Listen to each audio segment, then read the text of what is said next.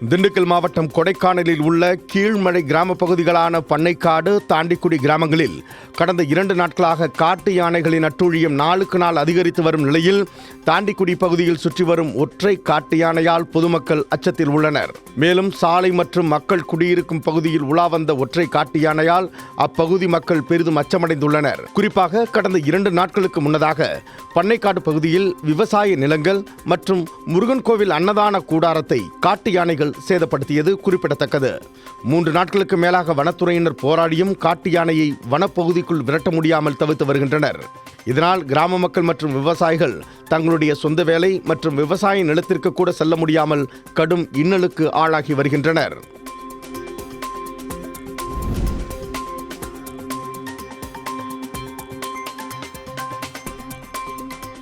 தமிழக வெற்றிக் கழகத்தின் தலைவர் விஜயின் மக்கள் சந்திப்பு வரும் 16ஆம் தேதி நடைபெறுவதாக அறிவித்து கடந்த 7ஆம் தேதி அக்கட்சியின் நிர்வாகக் குழு தலைமை ஒருங்கிணைப்பாளர் செங்கோட்டையன் தலைமையில் அக்கட்சியின் நிர்வாகிகள் மாவட்ட ஆட்சியர் மற்றும் காவல் கண்காணிப்பாளரிடம் மனு அளித்திருந்தனர்.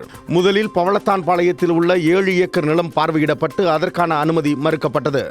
இந்த நிலையில் விஜயபுரி அம்மன் கோவில் கட்டளைதாரர்களுக்கு கூட்டம் நடத்த அனுமதி கேட்டு அதற்கான தொகையை தமிழக வெற்றிக் கழகத்தினர் செலுத்தியிருந்தனர். விஜயபுரி அம்மன் கோவில் நிலத்திற்கான அனுமதி கேட்டு இந்து சமய அறநிலையத்துறைக்கு தமிழக வெற்றிக் கழகத்தினர் விண்ணப்பித்து இருந்தனர். விண்ணப்பத்தின்படி இன்று 50,000 ரூபாய் வைப்புத் தொகையாகவும் கூட்டம் நடத்த 50,000 ரூபாய் வாடகையாகவும் நிர்ணயித்து அதற்கான அனுமதியை இந்து சமய அறநிலையத்துறை வழங்கியுள்ளது.